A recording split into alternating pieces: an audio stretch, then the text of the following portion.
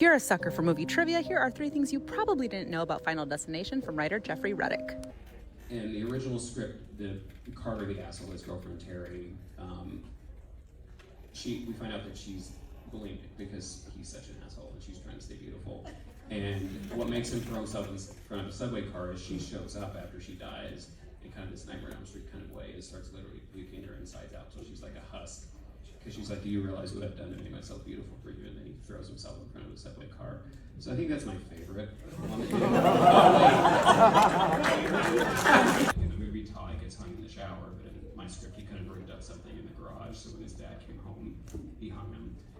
And New Line thought that was a little dark. Suicide's a little dark for a fun franchise. So Glenn and James actually came up with the Rube Goldberg thing, which I love because I think my original version would have been still a great like Nightmare on Elm Street kind of horror fans only kind of thing. I just said only fans.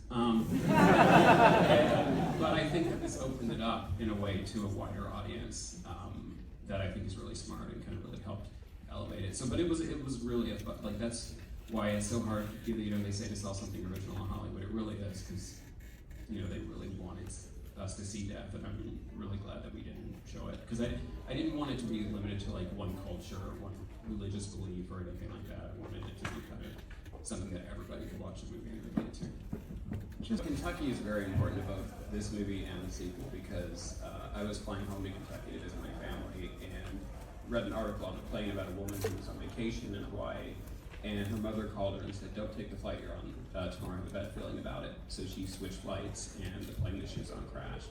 So I was on a plane, and I was like, "Oh, that's an interesting idea."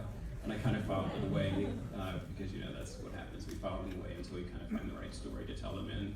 And same thing with the log tracks. We were working on an opening. We had the story figured out, but our producer Craig Perry was like, "Yeah, we need something better than a hotel fire," which is what it was going to be.